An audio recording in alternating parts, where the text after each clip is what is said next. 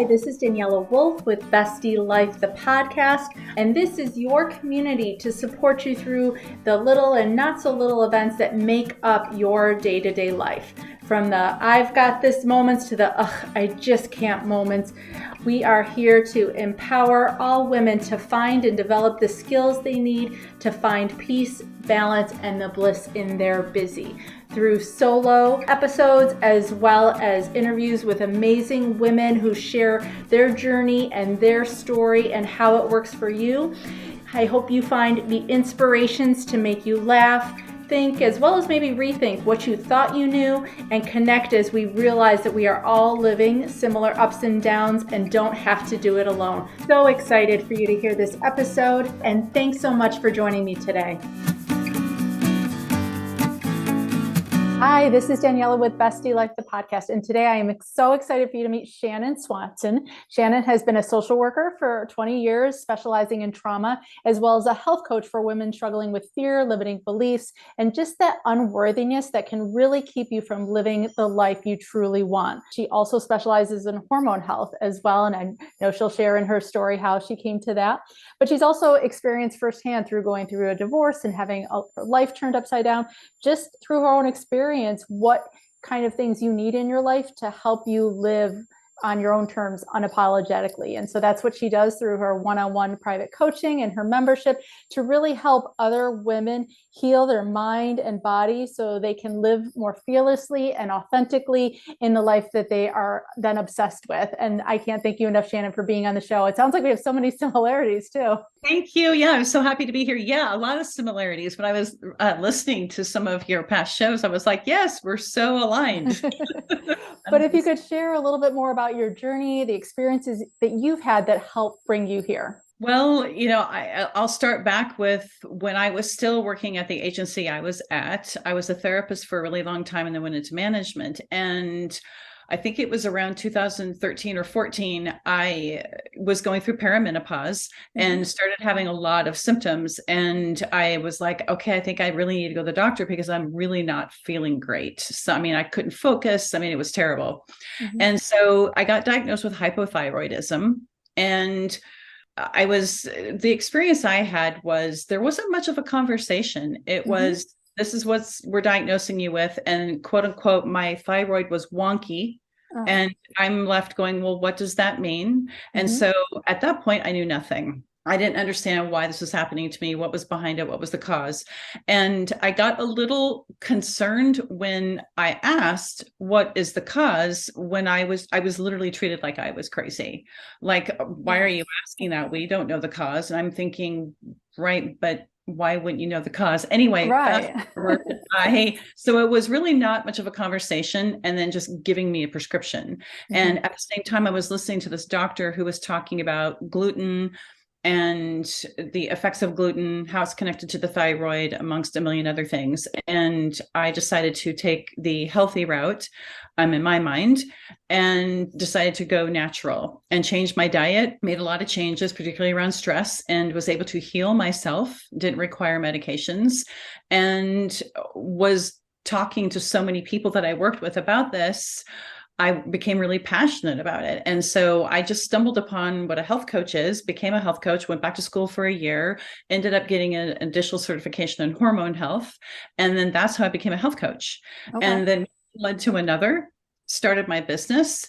And then with my own experiences in the last year, combined pretty much everything, my therapist background, my health coach background, and my own loss and grief and everything I've been through. And now I've shifted gears and now I'm doing what I do now. Okay. And I think while it's so sad, I think so many of us as women sometimes feel like we do get dismissed at doctors' offices when we explain symptoms that, maybe it is hard to pinpoint where it comes from or hard to diagnose.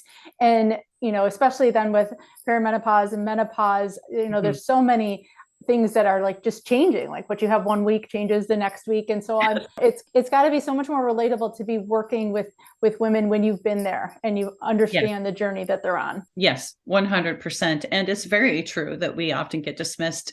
I've heard from so many women that I've worked with, women I've talked to, my friends, where we're often treated as if we're overreacting, that it's more of an emotional response, that we are being histrionic. when that is such, it's such gaslighting Yeah. and it's not true. And I think at the end of the day, over the last year, when I'm thinking about, my divorce and all of my life literally turning upside down and all of the changes I've been through, what's been the constant throughout all of this? Because I'm thinking, wow, I feel like I'm really shifting my purpose of how I want to serve women in particular. And what's the common thread? And it's been to really help women truly, and I mean this literally from the bottom of my heart, I'm so passionate about it, remembering who you are, to always believe in yourself and to know your own power, and that you just to know what you're actually capable of, and stop listening to all the things outside of you and trust yourself and what you can give to this world. And you have many gifts. Absolutely. Because I think when we are dismissed, it undermines our worth and our power and the way we believe in ourselves. And we start to then reinforce those negative thoughts, like maybe I am just making it up. Maybe I am just, it is just stress, or it is just this.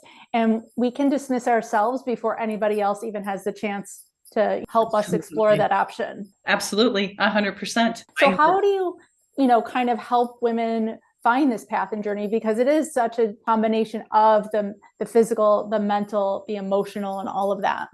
Well, I have private coaching and a membership that I just started in the fall. And the process that I've laid out for people who join is, the first place we start is awareness. That literally is 90% of the battle, quote unquote. So I don't prescribe to, I know we use the word healing a lot, which there's nothing wrong with the word healing, but it also kind of evokes this thought in people that there's something wrong with me. I'm broken in some way. I need to be fixed. And so really, it's just teaching people that it's not really that you need to fix or heal anything. It's more just becoming aware of our defense mechanisms, aware of the triggers, aware of what emotions and traumas we have, in order to look at them and start to feel things, because I think we're very disconnected from who we are. So it's really getting aware of what those patterns are, what those thoughts are, behaviors are, and emotions, and then moving into just really accepting yourself where you're at now, with all of your quote unquote flaws, the things you don't like to look at, because there's nothing wrong with you.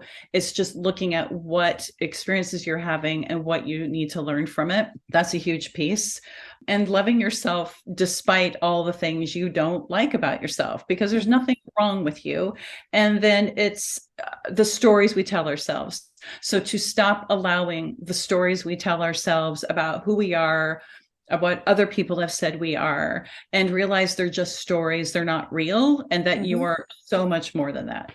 Absolutely. We are our own worst enemies. We would never talk to anybody else the way we talk to ourselves, and I've always said, even like some of those things like guilt and limiting beliefs, like none of that's tangible. These are all our own expectations in our own head. And I love how you focus on that awareness part first, because I think that's where we can start busting it open. As soon as we start to acknowledge the good, the bad, and the ugly, is where we can then start to embrace it all as well. Absolutely. And a lot of times, we're not even aware of what's happening. And I think what's so important about the process of becoming aware is to not judge yourself. And what I tell people, like I just had a masterclass today in my membership, and talking about, you want to become like this objective observer of your own emotions and thoughts and beliefs, and not judge yourself and not put all these expectations on yourself, but to actually just be really objective and get curious and go,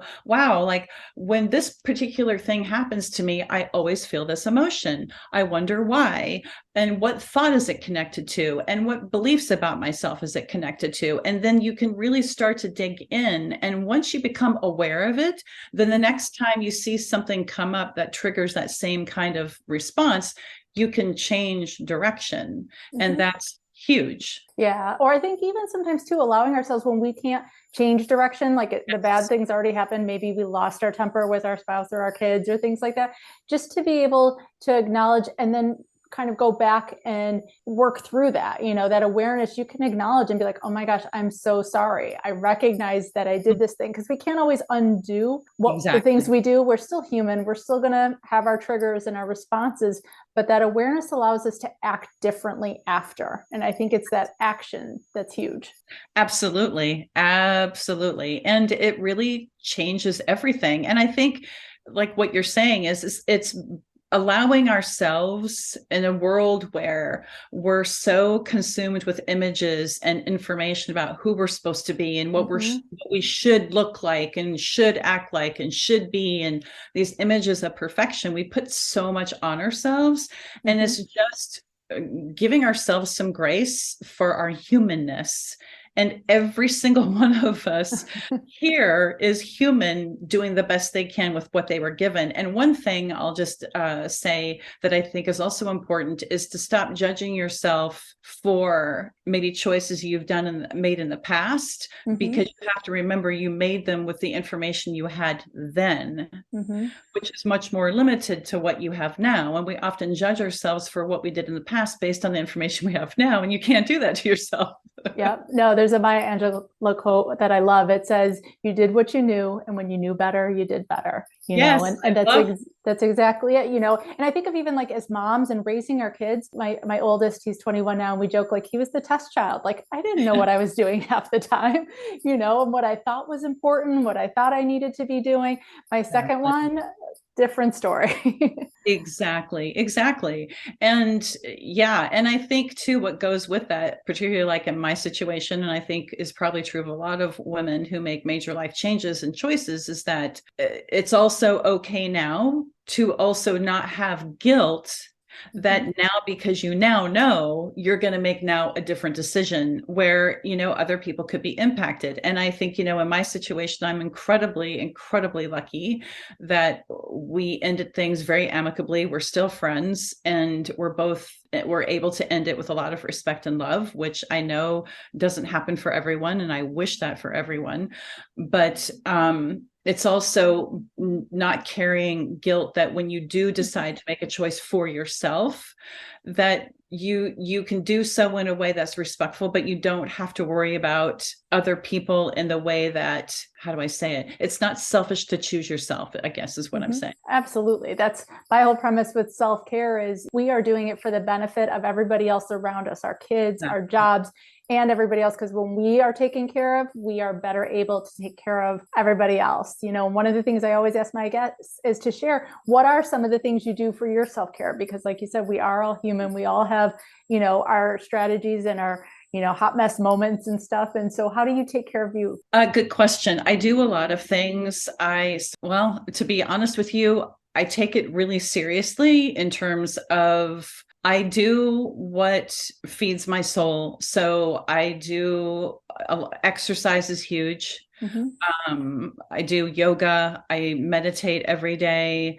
And, getting started with all of those things, even for me and being a health coach, was difficult. And it's always hard to start sometimes, even when I stop. Because I myself stop, because life can get ahead of you. But what I know is that when I come back to it, I realize how beneficial it is for me. But I also believe it's important to take time for yourself.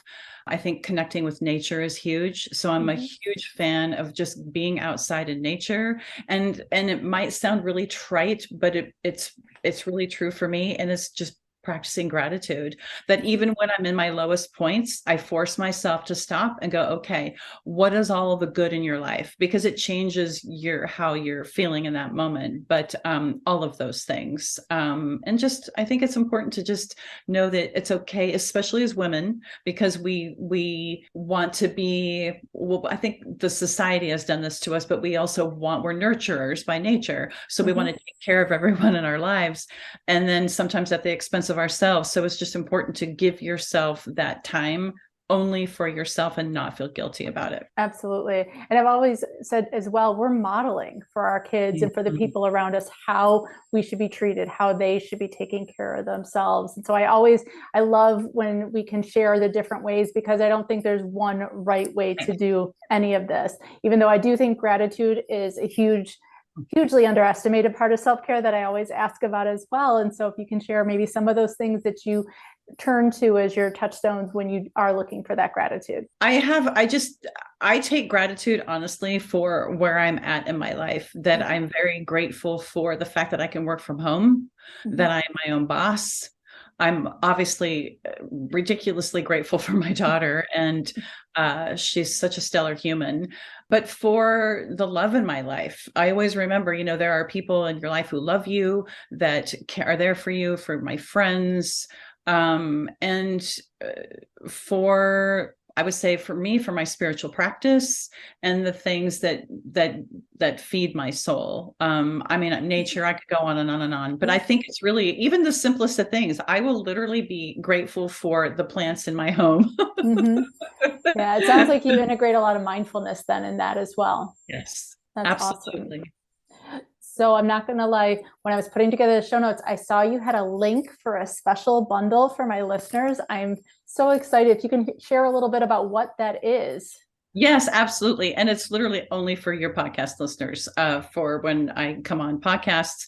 And I have 30 days of journal prompts, and they're literally what I used when I was going through a really hard time. They're questions that I would ask myself, things that I would see that would prompt me to just kind of help me with the process of going through my grief and loss and changing my own perspective about what's going on in my life, to help me kind of move through emotions, and literally brought me to a lot of aha moments. So there's one for 30 days. It's also the 5 tips for helping women improve their self-worth, which is huge. And then the other one is this body scan tool. So I believe that the mind, body, and soul stuff is all connected. And so this is a way for you to kind of check in as a reminder every day, like where am I feeling my emotions in my body? Just really, I think it's creating that awareness. It's not just about mindset. It's not just about the emotions. It's also physically, how am I feeling? And it could be what I ate, because seriously, there are things that you eat that can make you anxious, to, where am I holding emotional pain in my body? It's just making sure that you're constantly really connected to yourself, because that's such an important piece. But yeah, all 3 of those you get for free. Awesome. Thank you so much, Shannon. I am so excited to go check that out myself, as well as share it with all my listeners. So where can people find you to work with you, whether through your one-on-one or your membership? Yes, you can find me on Instagram, which I do daily stories and a tip every day. I'm very active there. On my website, of course, at shannoneswanson.com. And also Facebook, Shannon Swanson Health. I'm not there as often. I'm mostly active on Instagram. But yes, if you find me there, I have my membership, and I have one-on-one coaching and different packages for people to choose from. Yes. Awesome. And I will have all those links live in the show note as well. But thank you so much, Shannon, for joining me today. Thank you. It was such a pleasure to be here. I really appreciate it. So much again for joining me today. I hope you enjoyed this episode. Please let me know any questions or comments that you have.